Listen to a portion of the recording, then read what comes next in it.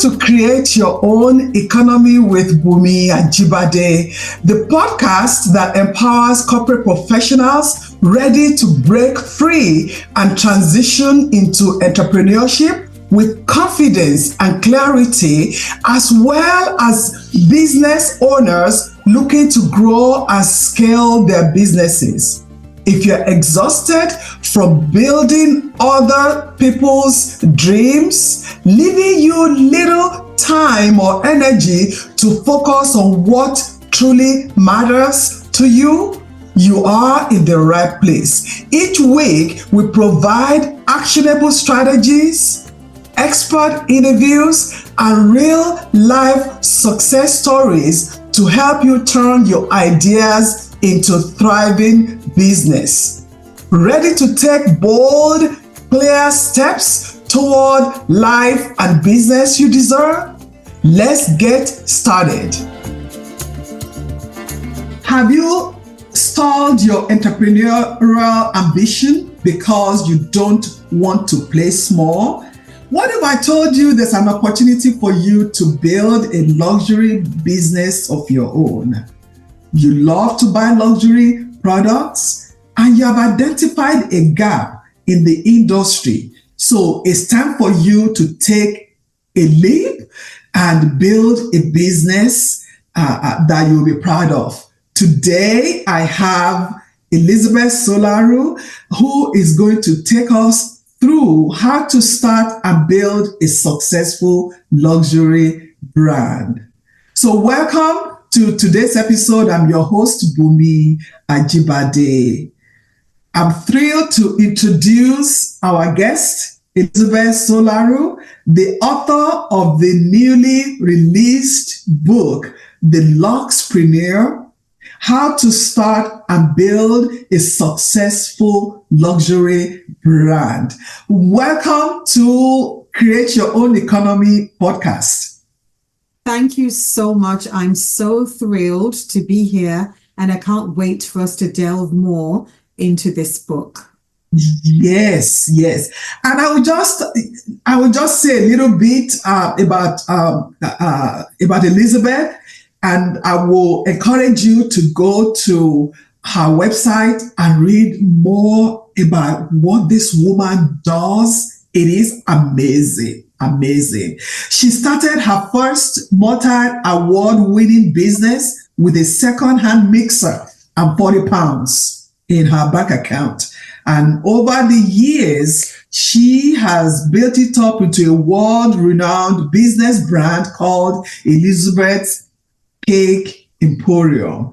And she serves the ultra-high net worth individuals. That was my first time of hearing that there's a group of people referred to as ultra-high net worth individuals and royal families in a world of discretion, confidentiality, press embargoes, and non-disclosure agreements. And I'm sure she has signed so many of those, right? Yes, absolutely. Oh my God. Elizabeth has collaborated with many luxury brands.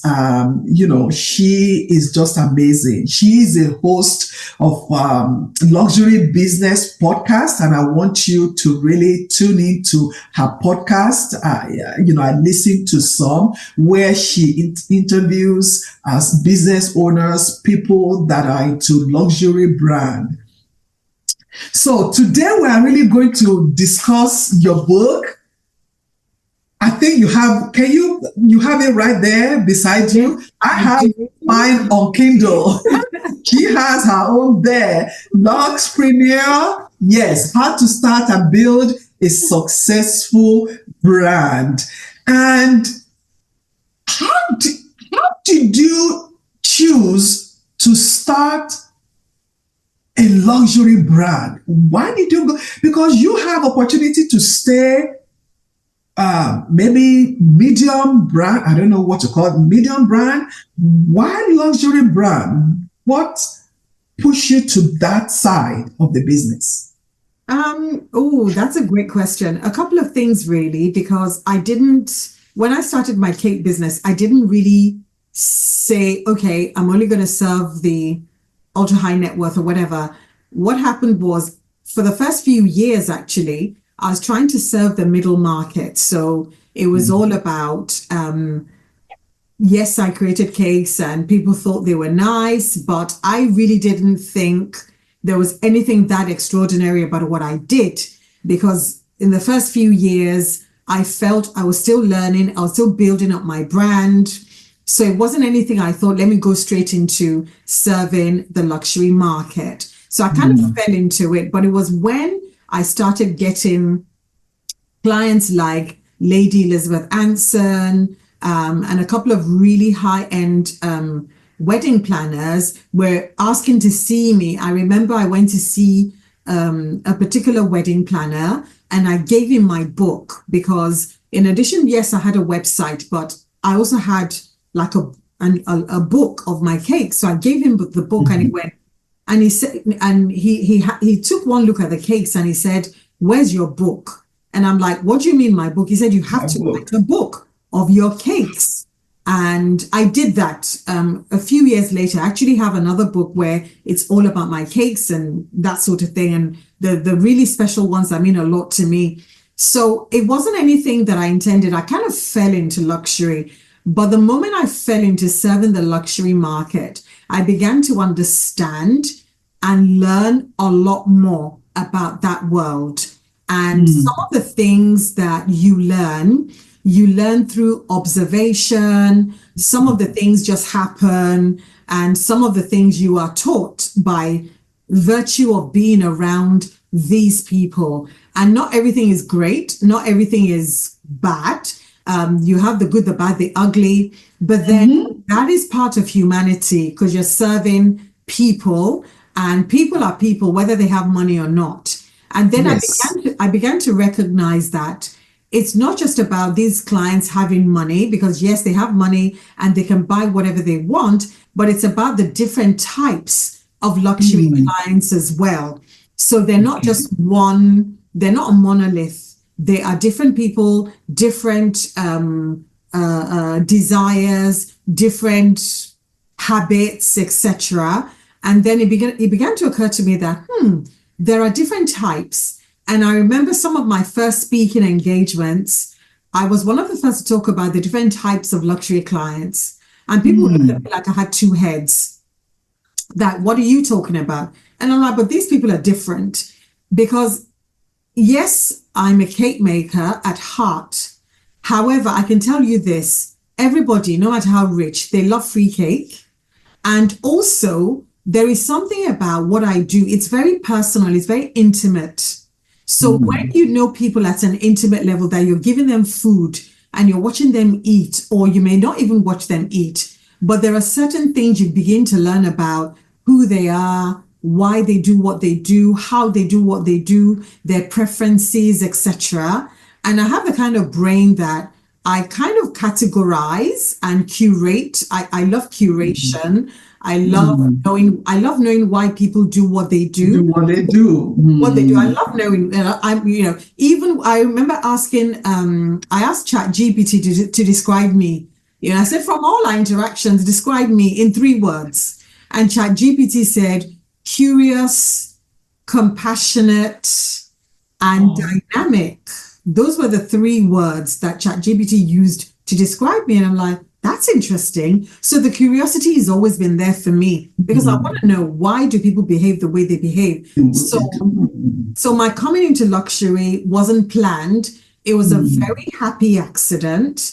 But the more I learned about people, the more I learned about the industry, the more I realized that actually there's an opportunity here for everybody. Because right now, luxury as an industry, apparently, according to the latest stats that I saw today before I came here, is a $1.6 trillion industry. $1.6 trillion. Wow. And the opportunities, oddly enough, now this is the stats that drives me, that makes me go, everyone should know about this. This industry is actually driven by people of color. Yes, Wow. especially the personal the personal luxury industry, the luxury goods industry is actually driven by people of color. That is non-white people. So we're talking China, we're talking India, we're talking Africa, we're talking Japan, Korea, etc. So the stats bear me out. So if that is the size of the industry, and we are spending a lot in the industry, why don't we have businesses in the industry? That is why Jay-Z, he's, one of the reasons he set up his own champagne brand, because he was paying so much money, and this champagne brand were dissing him, and he said, you know what, I'll set up my own. Even Beyonce, the latest business is whiskey, in honor of her I think her uncle or great uncle, Sir Carter. So my point is, there is enough pie to go round for everybody. Yes. So I feel, but the one thing that was lacking for me was the fact that when I set up my business 20 or more years ago, there were loads of business books around. Several business books. There were no specific books around, this is how you set up a luxury brand. There are so many books on luxury branding, don't get me wrong. There are some classics, but these classics were written by professors of luxury or people who had worked in very big brands. So they'd worked with the really big names that we know today. However, I say to myself, if somebody like Louis Vuitton was going to write a book as a founder today, as in when he started, when he was 13 and he walked barefoot to Paris, if he's going to write a book, what kind of book would he write? Coco Chanel, who grew up in an orphanage, if she was going to write a book from a founder's perspective, when she was a one-man band, when she was the only one making those hats, because her first shop was a hat shop. Many people don't know this. Her first shop was a hat shop. So when she was making those hats by herself for these society ladies, so that was why I wrote my book, The LuxPreneur, and I called it The LuxPreneur, from that perspective of a founder. In my story, secondhand mixer and 40 pounds. So so I wrote the book from that perspective. So who are the people that you target with this book? Who are the people you will want to really go buy this book? Okay, I listed the categories in this book, funnily enough. Number one, if you've always dreamed of, okay, I deserve higher paying clients, so I want them to pay more for my services, this book is for you. Number two, if you can't even seem to get them at all, you don't even know where they are, this book is for you. Number three, if you get them, so these people are visiting your website, or the stats are showing that they come, but they're bouncing within 10, 15 seconds or whatever, this book is for you. Or if they come and you engage them, you have a conversation, and poof, they just disappear, this book is for you. Or if you've had them in the past, because some people, I've heard stories from some of the people I coach. Oh, I had this client, they were my best spending client, but they've gone. Again, this book is for you.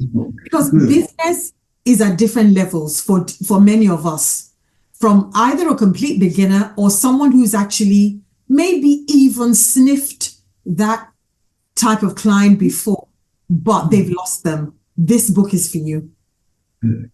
Thank you. And I have my own book. I bought the Kindle one. So when you buy your own book, it really gives you who are the books, who are the people that should really read this book, and how will the book help you. We also have that here. Now, in chapter 3 of the book, it focuses on how to identify the luxury business category. Can you elaborate on that? Yes. Chapter 3. Yes. So when we talk about luxury businesses, we have at least 5 different types of luxury businesses, from the ultra luxury down to what I call mastige. So mastige is a mass business. So say for example, in the UK, we have several supermarket brands. However, we have 1 or 2 that are a bit higher. So somebody like, for example, Waitrose would be a mastige / premium brand. They're not ultra luxury. Ultra luxury could be somebody like maybe Harrods, maybe they could be. But again, it's about identifying what niche do I fit into. Sure. And the reason I say that is that because it all starts with you as a person. So if you as a person, so for example, when I founded my luxury brand, I founded it based on the fact that I'm an artisan. I create cakes and they're beautiful. So that was the basis of my founding my brand. But yes. Even then, I then had to decide, okay, which of these luxury brand categories fitted me? I was very lucky because the clients in the ultra high net worth and the high net worth, they chose me. They chose you. Oh. But what if you want to get chosen? So let's reverse engineer. So the book is about how you can reverse engineer and make sure that you get chosen, because what you stand. Because what I also do in the book, I give examples so that you can benchmark yourself against those examples. So if I mention a brand like Nike, right? Parts of Nike are actually premium. It's not ultra luxury, but it's premium. Then I mentioned a brand like Ralph Lauren. Ralph Lauren is also luxury, but they also have a part of their brand that is just premium, not that luxury, premium. Yeah. But then if I then talk about a brand like Loro Piana is ultra luxury because of their processes, because of what they do, because of their pricing, etc. So I mentioned these and I give examples in order for you to be able to benchmark. But even better than that, what I've also done is identify the different types of luxury brand founders. So I'm a founder, and I identified as two types actually. My archetypes are 2, because as human beings, we can't put ourselves in one box. One box, yeah. So my archetype is actually the artisan as well as the visionary. The visionary, because I'm always thinking, okay, let's think about the future. Let's think about this. A visionary is the one that will write the book, like I've done right now. A visionary is, okay, I learned this lesson. I want future generations to learn the lesson. Yes, yes. But this is the problem with being an artisan and visionary. As an artisan, the good side is I pay attention to detail. The craftsmanship will be impeccable. But the downside is the money. That means because I'm such an artisan, I will spend all the money creating an amazing product.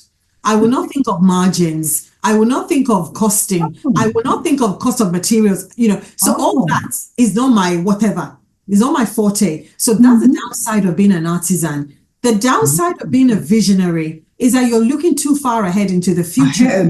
You're not focusing on the present. So I needed a team around me to help me focus on the present. So, somebody that would say, okay, Elizabeth, the book that you've written, how many sales did you have today? What are your figures about? Blah, blah, blah. You need that. So I put that. So that was why I put that, I believe in chapter 1 or 2, where I talk about I talk about the mindset that you need to have as a luxury brand founder. There is nothing wrong with being any archetype. You can be any archetype. But the most important thing is to know what your strengths are and what your weaknesses are, so that you can mitigate and have the right people around you. So that was that. And then I go on to say, if you're a particular type of archetype as a brand founder, this might be the brand. This might be the industry that suits you best. Oh, okay. So I do that matching process as well, because yes, I can give you the information, but I also tell you what to do with the information. So it's not just having the information. Okay, I'm an artisan, amazing. But I also say, okay, Elizabeth, you're an artisan. These are the downside. This is the people you need around you. So I do that as well. And then the third part of the book, which is about luxury clients, I tell you the type of luxury clients that are best suited to you. Because I know, with my archetype, I know exactly the kind of luxury client that is best suited to me. Because all luxury clients are my clients. There are some that have driven me mad, driven me crazy. And now I understand why. Even writing the book helped me understand, okay, so this is why this particular type of client is not the best suited to me. So, and we can go into a bit more detail later. Yes, definitely not all luxury clients are suited for you. Just as we said in our last episode, that you as a coach would not want to coach everybody. You are not suited for everybody, even if they are doing the same business that you're doing, but we still want to look at their personality. But I love what you said. It's just like when we're talking about personality, most of the time we are not just one way. You figured yours out, that you're an artisan and also a visionary. And each one has very good things that you are doing, and then you have some things that you need to be mindful of, that then you have other people that are filling that gap to help you be on task, on point, at a particular time, so that you are not working the business. And that was really very funny when you said, as an artisan, you can create this masterpiece and put all the bells and whistles, and I can imagine what is going on in your mind because you are happy, you are delighted, you love the creation. And you can see, if I add this one, it will elevate it. But you are not thinking about how many hours to create that masterpiece, the product, the this, the that. By the time you finish that creation, maybe a luxury client might not even be able to afford it, because you are in your element of creativity and all that. But the other part will say, slow down, woman, slow down. Let's get how much we are spent into this. What will it give you at the end, so that you can pay all the bills and pay your workers, right? And as a visionary, you say, these are the things I will do in the year this, in the year this, in the year this. And you are thinking and thinking. It's like, hey, excuse me, we're here right now. We have all these cakes. What do we do? So for those of us, for those of you listening to us, this book, I have mine on Kindle. This book is really very important. It's not just a book written just for somebody to get you to buy a book. No, it's a book that will help you identify who you are, identify where you are going, what you need to have, what you need to focus on. You want to create a luxury brand. Yes. But they are not all the same, right? They are not all the same. So how does a small business in the luxury sector with limited resources, how would they position themselves in the luxury market? Because they are going to compete with established brands. That might be a question in the mind of the people. I'm a small business. I have this. How do they compete with others? I think that's a fantastic question. And this is why I love that question. If I were to look at my competitors, because my competitors were people like Selfridges and Harrods, because when I started my business, Selfridges, Harrods, Fortnum and Mason, They all made wedding cakes, by the way. They all made wedding cakes. Then I had a couple more competitors who had the most incredible and beautiful premises in London. I've never had a shop front in London. I have never. I have never. So this is the thing about, this is my joy. This is why I love teaching what I teach, because first of all, I say to people, you don't even need to have like amazing premises or whatever. And yes, you're right. Resources are limited, but this is how you compete. You compete creatively. And what do I mean by that? So for example, when I did some of my cake tastings, there was a way I did them that was different. I would, especially with high net worth clients, I would offer to come to their houses. So there is something about someone that comes to your house that before, to look them in the eye and tell them no is a bit more difficult than someone that comes to your shop or something, right? So I'd go to their houses, but I don't just go with the cakes. I had my own ceremony around the cake. So I went. Sometimes I might create an amazing picnic on the table. I used to theme my tastings. So sometimes, because I'd have asked a few questions, and then once I have an idea of what the wedding was going to be about, I would theme my tasting around the colors of the wedding, I might even ask a florist friend to help me dress the table in such a way that I remember once a client walked in and they went, whoa, is this the actual wedding? Because they were like blown away.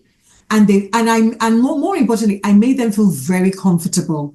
There are clients that you can't go to their houses because of maybe security reasons or whatever. I would find, I used to partner a lot with venues. I'd find an amazing venue, and some venues gave me the most incredible service. I'm not going to give much away. I talked a bit about it in the book, things that I did. So these were things I did, and this was me with no shop.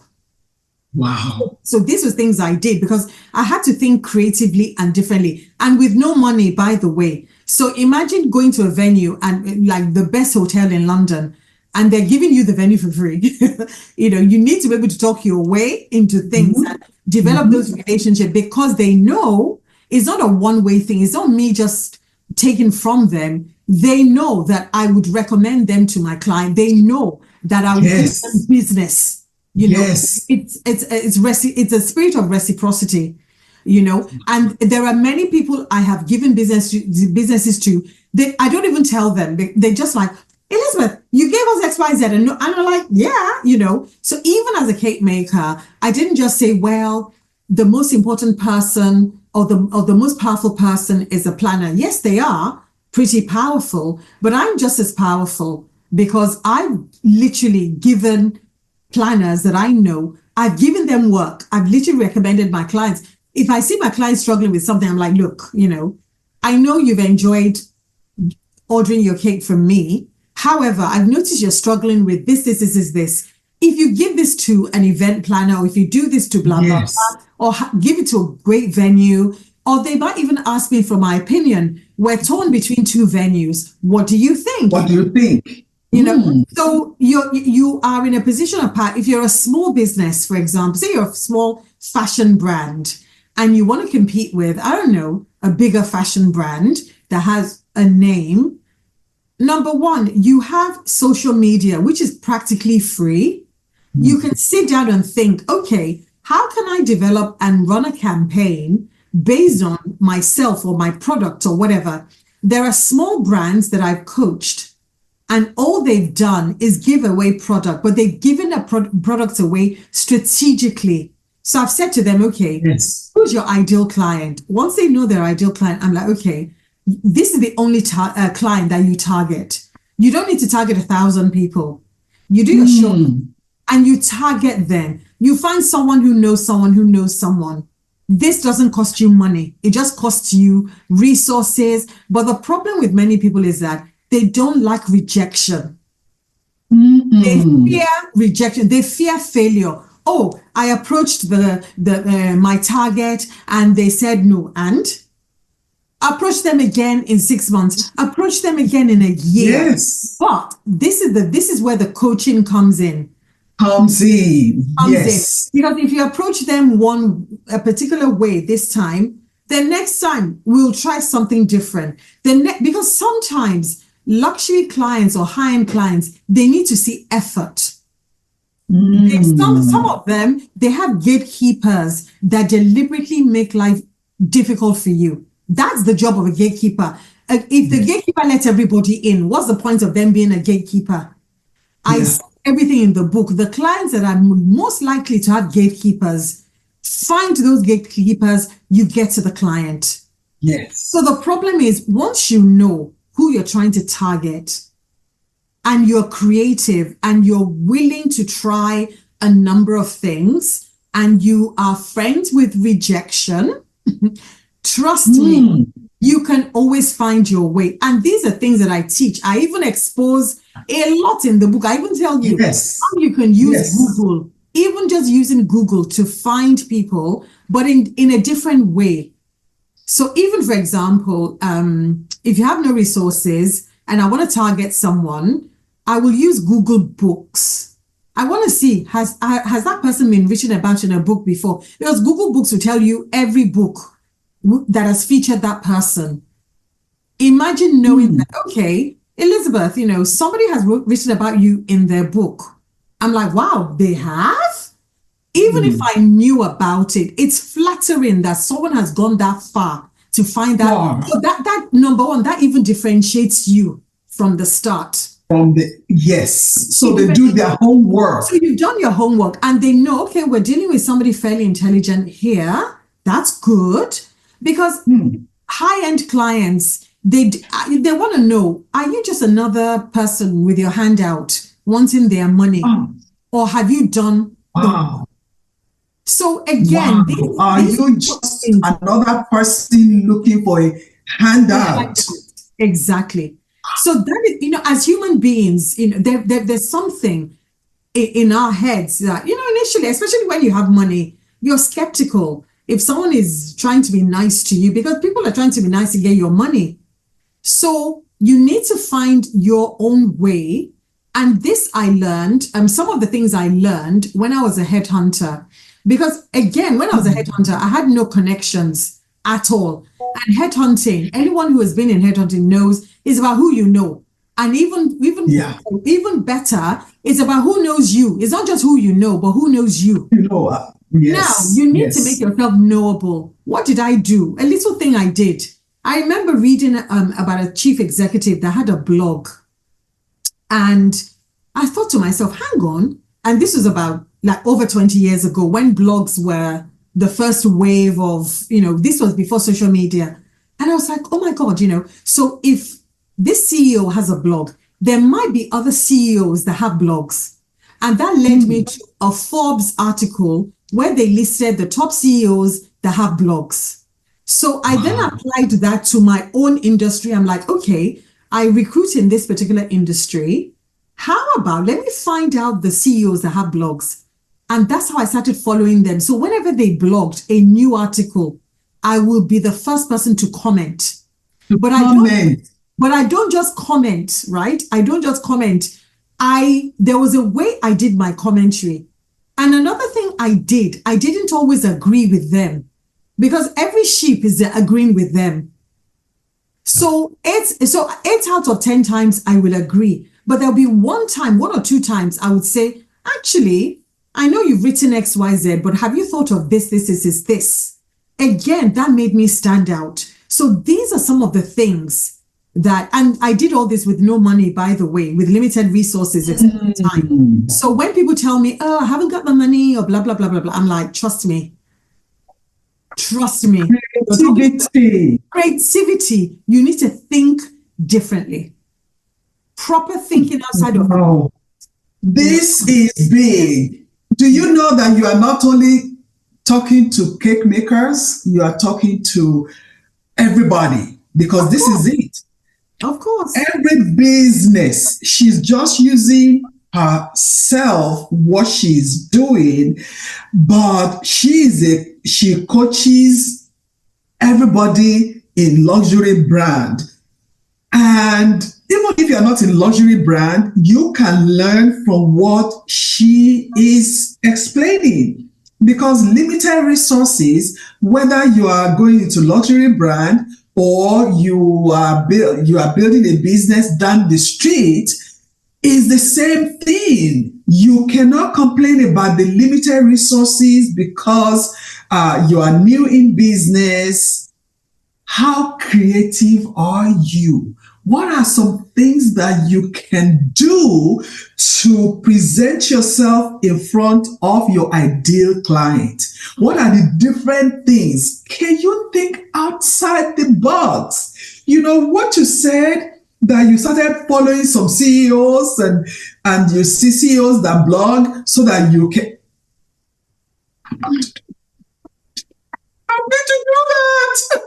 Really look at who your clients are and really think about what you can do. And don't be afraid of rejection. Don't be afraid to go back. Don't just go back the same way you went the last time. This is where you need the coaching of Elizabeth, or you need me as your coach. Then we can come up with another way for you to go back to your ideal client again. And also, how do you package the information differently so that it can appeal to your ideal clients? Oh my goodness, this book, can you please raise it up again, because I just raised up my phone. This book is a gem, and not only for people who are in luxury business. I tell you, I'm not in luxury business. I'm a coach. I coach people who are transitioning from corporate job to starting their own business, people with small businesses. But when I read the book, I've written my notes and stuff. So I encourage you to grab a copy. I bought mine on Amazon, and we'll have a link. Also, she has a podcast where she interviews different people who are in the luxury business, so that, go and listen to her podcast. We'll have all the information for you. So before we round up, for our listeners who are just starting their luxury businesses, or who are thinking of starting a luxury business, what's the most important piece of advice you can offer them as they begin to identify their brand category, as they begin to align themselves with strategies? At times those strategies for success is, for a new person, is hit and miss because they have never done it before. So what piece of advice can you offer them? I got plenty of advice, but the first thing is mindset. You need to have the mindset that this business is going to work. You need to, if you want to go into the luxury sector, you need to develop a luxury mindset. I'm not saying luxury, which is different to luxury lifestyle. Luxury mindset, i.e., what is the most value that I can create for a client? And to give you an example, when you take a big brand, a lot of people look at the big brands, and when you think, if I give you a name, you think, oh my God, fantastic, amazing luxury goods or fashion or whatever. But the pricing in those luxury brands are on 3 levels. So on the bottom, you have your perfumes, your lipsticks, your small accessories. Then the middle, you've got your clothes, your shoes, your handbags, So if I save up for a month, I can buy the lipsticks, the perfumes. If I save up for maybe a year or 2, I can buy the handbag and the shoes, etc. And then we move up to couture, which is maybe sell an arm and a leg or a kidney or something, or couture. But this is the trick. Yes. The trick is that the prices at the bottom, the lipsticks, the perfumes, that is actually what drives the couture. Yes. However, the quality of photography, the quality of marketing is the same for all 3 levels. Wow. And the quality of the marketing is driven by a number of things, but the most important thing is storytelling.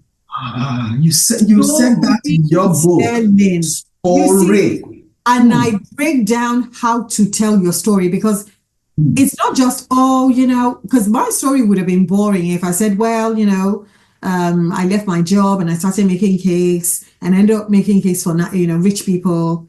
So what? But it's what you put, you need to break it down, the characterization, the plot, the people, the setting. You break it down, and then you write your story and keep writing and writing your story until it resonates. Because that storytelling really, really is so important in luxury, because that is what will make people buy out of emotion. Because the emotion you need to generate when people buy from a luxury brand is far higher. Because think about it, these are people that can afford anything. Why should they buy from you? From you. It's the emotional resonance. So how emotionally do people resonate with your brand? And you spoke earlier on of maybe a small brand that is trying to compete against the big brands. You can use that size, the David Goliath story. We never tire of it. You can use that smallness to your advantage. If on the other hand, if you're a big brand, you can use that bigness to your advantage. It really depends on your perspective and how you tell your story. So that is one important piece of advice I'm going to leave you with, in terms of, even if you're not setting up a luxury brand. I know someone who bought the book. They said, I don't even run a luxury brand, but the fact that this book can put me ahead of my competitors made me buy the book. That let me learn something different, something new that I can apply to my non-luxury business that will put me ahead. So even that in itself. So your story, it really, truly matters. I'm not saying trauma dump, because, they don't want to hear sub stories, but I'm just saying that authenticity only comes from a place where you have told your story and you've told it really well. Thank you, Elizabeth. Oh, this is amazing.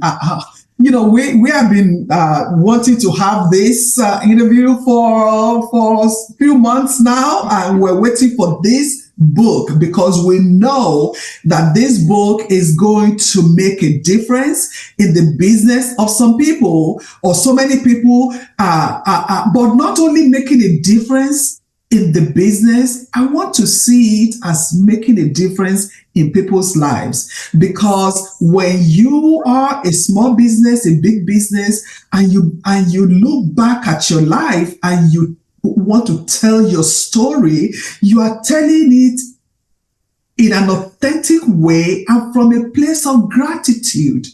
So, and when you are telling it from a place of gratitude and you write it and you said it resonates with you, then it will resonate with other people too. They don't have to be in the luxury business, but whatever business you are in, you are small, there will always be a bigger business, bigger than yours. Yeah. You can use that smallness to an advantage, but you have to come up with a different mindset, not a mindset of, oh, I'm so small, nobody will be, I don't have any clients, nobody want. No, you need a different mindset to sell luxury items or whatever business at all that you want to go into. Oh, I wish you could go on and on and on. Elizabeth, do you promise me you will come back? Absolutely. I would love. We've had an amazing conversation. I would definitely love to come back. So once we can synchronize diaries, because I know you're so busy. I know, because I know she's going to another, she has her own podcast. I'm sure her guest is also waiting.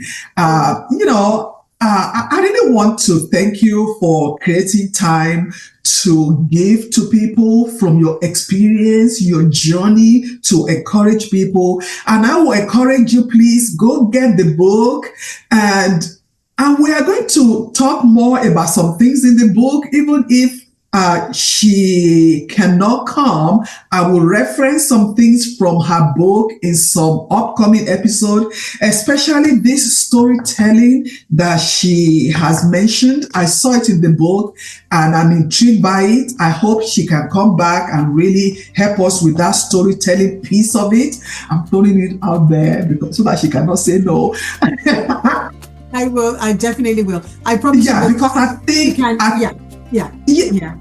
Because I think from my experience also, this also is one of the things that has held me back in time past, not able to tell your story because of the way we grew up in the Nigerian society, especially when you come from a Christian background. And in the Nigerian society, you don't blow your horn. You don't. You don't talk about yourself. You don't do that.